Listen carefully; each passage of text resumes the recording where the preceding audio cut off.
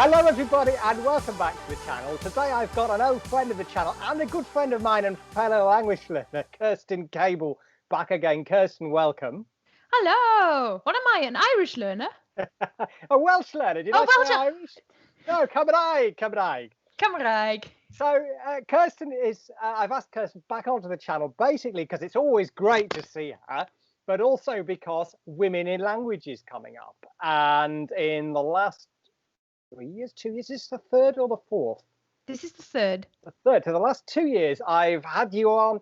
You came on with Lindsay and you came on with Shannon in previous years because of timing logistics. It's a one-to-one today. Yeah. But are you a team of 3 again with the event? We are indeed, yes. We are pretty much the team of founders is also the team of runner-arounders who do everything. Yes, so it's me. I'm one of the co-organizers of Women in Language together with Shannon Kennedy and Lindsay Williams. And how have you divvied up the jobs, of which there must be quite a few at the moment? Very roughly speaking, we split the work into sort of 3 fields. So Lindsay really looks after our marketing in a very large way. Shannon looks after the website, all the techie setup behind there. And I am responsible for our program, reaching out to the speakers, make sure I've got a description from everybody, make sure they know where to turn up, what to do, that they're happy, that no one's freaking out too much, and everybody's well informed and aware of how our affiliate system works and all that good stuff. Okay, so you're putting the program together. First of all, one thing I want to make absolutely clear to everyone is that you don't have men as speakers, but us guys are welcome to attend. Yes, indeed. Yes, it's a conference. Lindy Buetes put this so well on Twitter the other day. She put Women in Language by women for everybody. Yeah. And I think that just sums up what Women in Language is. It is woman-led, woman-organized, and we have got no male speakers, etc.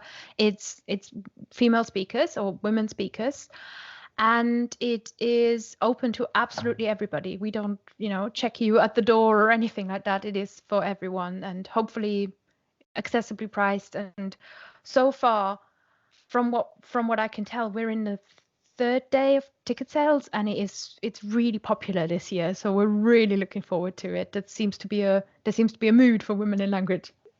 Do you think that could also be because in a way you were ahead of your time? When you launched this, it was an online event, yeah, whereas now everything is an online event. So on the one hand you might think, well, that's more competition, but actually people are just tuned into the idea of doing stuff online. I agree. I was thinking I was thinking about that as well, that this year, the year of COVID-19, everybody now knows how an online meeting works. Everybody seems to have experienced one. If you've got any kind of, you might have Skyped with family, you might have been on Zoom and had work meetings. It's a lot more familiar. I think there's a barrier that I don't even really see, but it must have been there for people. It might be the different time of year as well, because we're running it later in the year in 2020.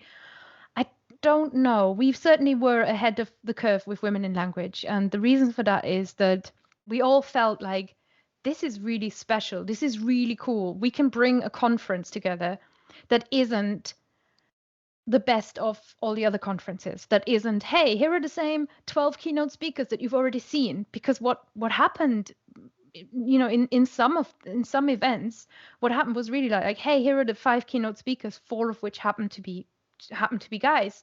So, and that isn't a criticism, but it gave us a massive opportunity to put something together that is so fresh, because what Women in Language does, and we're in the 3rd year now, and I think again, Gareth, I'll ask you, I think what we put together is this fresh lineup of people you've never really heard from before necessarily. And to me, the absence of a keynote superstar big draw, to me personally, that's an advantage, because we get to hear from cool people and we get new perspectives, and that is part of the point of Women in Language. It seemed to me in previous years that the program was very, very full. And the there's something for everybody there, and also the record. and it's running, is it 4 days? So it's the 17th to the 20th of September. It is, yes. And it's 8 a.m. to 9 p.m. London time. So that's going to be British summertime still. Days vary. So we've got a day where we're starting at 8. I think we're going to start 8:45. But we've got a day that is Australia friendly this year. And we've got days that are more US West Coast. West Coast friendly. So not every day starts at 8 a.m. and runs till 9 p.m. Some of the days start a lot later because we have an organizer who lives in California, Shannon. And people can dip in and out then, and they can you get the recordings afterwards. So you don't, if you're not available all 4 days, it doesn't matter either. You can, just attend whatever you're free for. So yeah, let's move on to the program then. Are there any particular themes that you sort of went out recruiting for, as it were, or that have emerged spontaneously this year from the slate? Yes, it might help to explain the way that we recruit. We're different. We're a little bit different to a lot of the other conferences, is that we don't do a public call for papers as such. We keep our eyes out and keep a list all year round of people that we see where we think, oh, she'd be really cool. They'd be really cool. And we kind of just keep track of them all. And this is not just the 3 organizers. Previous attendees can nominate and really do nominate. Everybody who wants to speak, who fits the general profile can nominate themselves. It's very, very open. So by the time that it comes to organizing this conference, we've got a huge list of speakers. I could fill 2 weeks with them.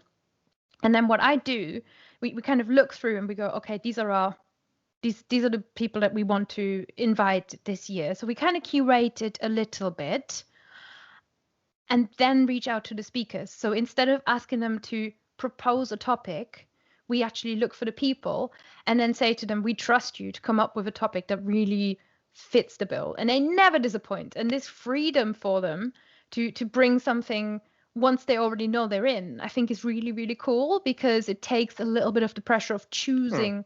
And it gives the speaker a little more of a chance to be themselves and come up with something that, or allow themselves to explore areas that they might speak on that they might have judged too quirky had they otherwise just come to a conference with a call for proposals.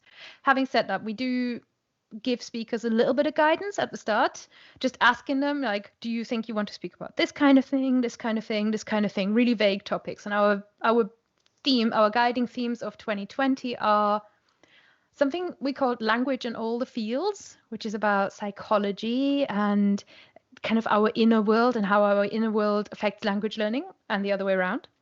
We have living and working with languages. So these are kind of the real life issues. Then we've got language learning mastery. And language learning mastery is much more about strategies, like language learning strategies, so that if you come to Women in Language, you'll be inspired, you'll learn something about yourself, but you're also probably going to go away with a really cool language learning tip. Something that emerged when speakers proposed is we've got quite a little theme running through that I really like about social justice and activism and the role language plays in that, which leads on really nicely from last year's Indigenous languages theme. And finally, we've got these dream teams where for the first time, we've got speakers coming together and grouping up and presenting together. So that won't be a panel, it will be actually a co-presentation. A co-presentation, that's right, yeah. Which emerged from us having maybe a few too many speakers, considering there's 3 of us presenting it, and me just putting a lid on it and saying, I will not. Like we cannot possibly host more than we host. We have put together, I think we've got 28 presentations instead of 31, but also we're hosting language exchanges this year for the first time as part of the conference schedule, and we've got 2 panel discussions as well. So it's a big one. So will the language exchanges, will they be like in sort of breakout rooms then? Yes. Yeah. It's an idea that I think Lindsay and Shannon brought into Language League, which is our membership site for language learners that we run together, membership community. And in Language League, we get together about 3 times a month. everybody can just turn up and then practice whichever language they want to practice. So you turn up, and if there's somebody there for me to speak French to, I'm going to speak French. And one day there'll be somebody that I can speak Welsh to, and I'll speak Welsh. Now, so Yeah, it's taking going to be forward exciting. the theme of indigenous languages, which is always one of the things for me as a Welsh learner, Hmm. someone learning Basque, which is interesting. I noticed you've got a couple of speakers, I think, involved in Quechua, Yeah, Quechua, which yeah. is some Mexican, in my mind at least. Is it Central American language? Is Um, Central, I want to say Peruvian, Peru, but that yes, is really yes, Lindsay's area of expertise yeah, more than mine. yeah. So don't take So, my and word for it. of course, she learns Guarani herself. So, Guarani, yes, which is yeah. Paraguayan, yes. Yes, but there were also several women talking about African languages. Mm. So there was one I noticed about the Igbo language, which I know nothing about. Uh, Yes, yeah. How do so, we say that? I say Igbo. oh, right. Well, there may be different ways of pronouncing it, Yes, but but I she think is from African the languages Igbo are neglected. podcast. Yeah. Okay. Yes, African languages in the sort of Anglophone language learning community, as I know it at least, and that might just reflect my perspective, Hmm. do tend to rather neglect Indian languages and African languages, of which there are so many, of course. So that's, yeah. So and the Quechua one is Jessica and Elva, I think they're Hmm. talking. Jessica And and then Elba. I mentioned Basque, Esther Siganda, who I met for the first time at the Polyglot Gathering a couple of months ago. Hmm. She's going to talk as well. She's somebody who's got a mission with Basque, which is one I'm looking forward to. That's it. And it's part of her heritage. So something of interest will also be our first panel, which is a heritage language panel, Right. where I believe we've got heritage speakers slash learners of Amharic, Basque, and Polish. Yes, yes. So, yeah, I saw the Polish one as well. And Esther lives in the United States. So I think although she speaks fluently, I think she's a heritage speaker as well. Yeah, that would Yeah. make sense. And she Uh, plays pelota, Pelota, yes, which I Pelota. had never, I thought it'd be like, I don't know. I thought it was a different kind of sport. I thought it was like football. I think maybe because I'm a Welsh learner and I'm thinking peldroid sort Yes. of a thing, right? With a ball, but it looks a lot more like badminton. And she Well, is a yes. pro at But you pelota. play it with, sometimes they have a sort of stick or a bat. I don't know what it's called. Some places it's played with the hand, often with a large glove, where you're just hitting the ball against the wall. So it's a sort of cross between tennis and squash. And I don't know, but it's played against a wall, but it's huge in the Basque country. Amazing. And every town has its own pelota court, if you like, which is usually semi-opened to the elements. So things like village festivals and big communal meals and so on are held under it as well, I think. So very one to look out for then. So in terms of methods, I saw that Sarah Barrett, who I often bump into at the language show, she's Hmm. got Lingotastic, which is language through song with an emphasis on children learning, I think. That's it. Yeah. Family focus, strong family focus. Sarah has let me know that she is very, very nervous about her talk. So if somebody is coming, please turn up for Sarah's talk in the chat room. Give her some love. That would be great. I And think there's overall we are such a friendly, encouraging. We get a lot of first-time speakers, and hopefully the way we reach out and we ask speakers, "Would you like to speak?" It it gets people over that hurdle of putting themselves forward that I think contributes to the call for papers problem that you sometimes have, where you end up with a lot of call for papers which are amazing, but your diversity is limited. So that's part of why we reach out. And when I hear from somebody, oh, I don't know if I should, and oh, I don't know if I've got something interesting to say, or do you think this topic would be good enough? Every year we get that. Every year we get that. And say what you want. I think it's more common among women. That's yeah. one of my missions. Sorry, went off on one there, but Uh, it do, gives it meaning for me. do you think this is a slightly different point, I suppose, but I'm wondering, is it more nerve-wracking or less nerve-wracking to be in front of the camera? Because some people just don't like, and comes back to what you were saying earlier about people during the lockdown, getting much more used to using Skype and Zoom. There's some people sort of have an aversion to cameras as well. I know this with, encouraging people to have language lessons one-to-one online. Some people, it's a big issue. And I suppose some presenters as well may not have had experience of being on camera. Yeah. Well, you're talking to a podcaster, and there's a reason I podcast. It's because I like having the dimension where I just, there's one fewer thing to focus on. But you also do live talks, Kirstin. I mean, you've spoken at the Polyglot Gathering and so on. You do public speaking, so you and I hate watching myself back on video. But you don't have a problem doing it, or maybe you do get very nervous. I don't know. I get terrified. It's just when I start, I'm suddenly fine, so people never notice. But beforehand, yes, I'm terrible, and I try to. That's why I joined Toastmasters, to try and get myself more used to it, put myself more into this situation. In terms of the presenting at an online conference, and this is interesting if anybody's considering it or wondering how, something that we noticed is that some speakers are extremely comfortable using their slides. Like, you've got to have slightly more technical awareness, you've got to have the camera, but you also have to get your slides right. You've got to make sure you sound good. So there's a lot to be considered. And something to take into account as well is that a lot of feedback that we've always gotten is the technology we've used so far has been showing the slides, but then that obscured the speaker's face. That's been how we've commonly done it because we didn't know how else to do it, or that's just the technology that we've been using. This year, I believe that we're going to be able to show both at the same time. So in terms of the audience, we really noticed that it's not a huge deal, but for some people, it's strong enough that they always feedback and say, I want to see the slides and the person speaking at the same time. Yes, it's a difficult balance to get in terms of the relative size, if the text, and then some people may be watching on mobile as well. I don't know. So there's a lot to think about.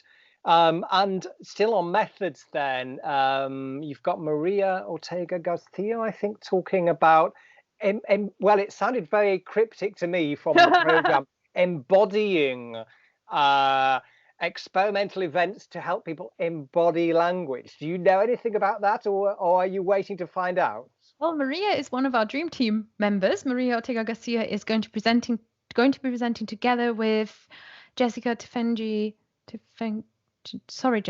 Ruel, and the two of them are teaming up together. The talk is called Awakening to Yourself Through Languages, I believe.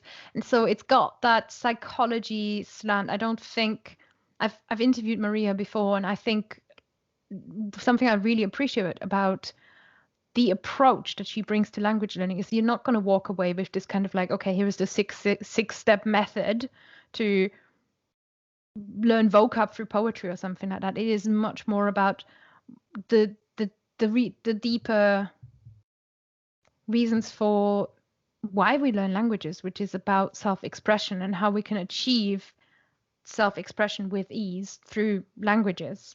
This is a general comment on Maria's methods that I know well, and I know that Jessica is very mindfulness focused, so they're kind of our mindfulness dream team.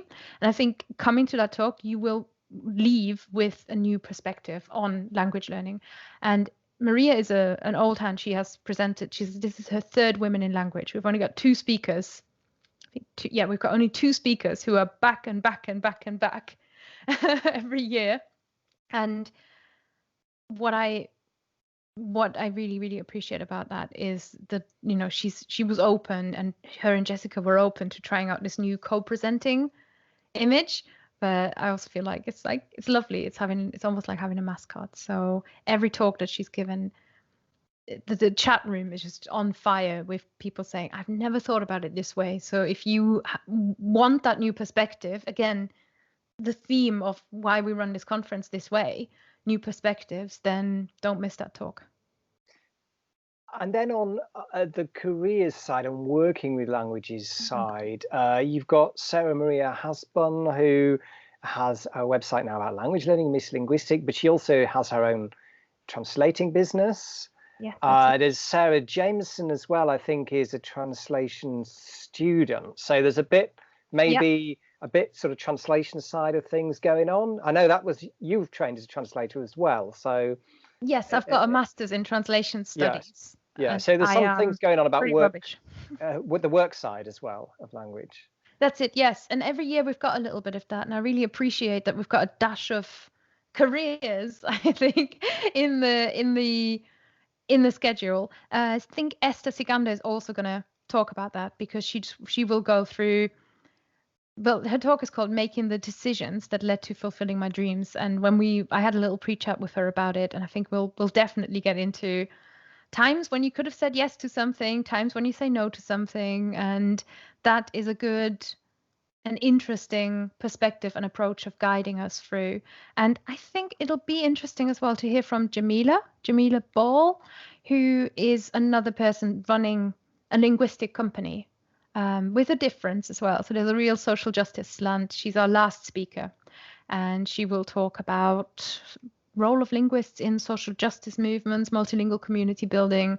But I think if you're interested in languages as a career option, you want to see what's out there, don't miss her talk. And she's a language coach, isn't she, as well, I think. So is that right?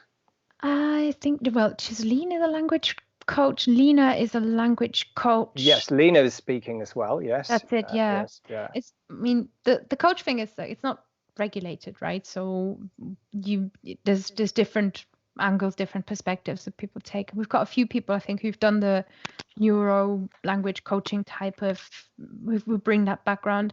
I can't comment on Jamila specifically and her linguistic background. Yeah, and one that was fascinating was sort of spanning, I don't know, the social dimension and work, is Aline Sarah, who's helping Syrian refugees in Lebanon find language focused work. Yeah, like remote work. Yes, and it's grown into a really big company. Her company is called Natakalam, which I believe, because it keeps saying in all the bios, so I've learned this now about Arabic. I don't know any Arabic, but Natakalam, I believe, is we speak in Arabic. Wow. Yeah. She's one of our very early on. She speaks on Thursday. I keep thinking we start on Friday, but we start on Thursday, the 17th of September. So you'll be able to hear from Aline very early on in the process. It'll be really cool. Great. Well, we've ranged quite widely over the programme. We couldn't cover everything, but there's a few weeks then, let's talk practicalities now as we wind up, Kirstin. Cool, yes. So the dates, as we said, are the 17th to the 20th. Will it sell out, or is it open, to as many as want to come? It's, as far as I know, we're open to as many as want to come. We're an online conference. If we had 1,000 people attending, I haven't got a clue how the chat room is going to look. It's going to look like that. It already did last year. So we'll see. We'll see. We are not planning to put a cap on these tickets. No. And I Great. Can't see a reason why. And how much is it? It's $29 USD. So okay, $29 gets you the recordings. Yeah. It gets you into our Facebook group that we've got for the event, where we're already kind of chatting away. And we've got speakers in the Facebook group as well, so we encourage them to answer questions if they wish. It gets you a ticket for our Women in Language raffle, which is going to have every year we've got like quite a big prize draw worth a few $1,000s, and we split it into 3 packets and do a random selection among all the ticket holders. So that gets you in with a prize for that as well. And the website, if people want to find out more and get a ticket? womeninlanguage.com. Please be aware, it is not Women in Languages. We are Women in Language, just the one, or the concept.com. womeninlanguage.com. Okay, great. Well, I'll link to it underneath the video as well now, folks. So we've got a few weeks to go as we record this. But is everything on track, do you think, or is there still a lot to do? I mean, I'm the stress head out of the 3 of us, probably. But I'm feeling pretty good. Yes, all the speakers seem to be knowing what they're going to do. I've got all my talk descriptions. I've got all my talks ready. So for now, I'm feeling fairly confident. It's all on track. It's all looking good. What could go wrong, Gareth? Fine. Well, yes, certainly not a pandemic, because it's not a physical event. So that's it. fingers crossed anyway. I'm sure it's going to be great. I'm really looking forward to it. Folks, as I say, you can follow a link and find out about the website underneath this video. So do have a look at the program, get yourselves signed up. Kerstin, I will let you go then now back to your preparations or whatever. And just it remains to thank everyone for watching and to thank you, Kerstin, very much for telling us about the event and the program today. Yeah, of course, Gareth. You're Okay. welcome. And Just about it. thanks Right. for the chance to speak about women in language. Thanks a lot. Folks, you know the score. If you haven't yet, subscribe for the vibe, please do. Think about a thumbs up, tickle that notification bell, and see you on the channel soon. Bye! I love your lines that you come out with.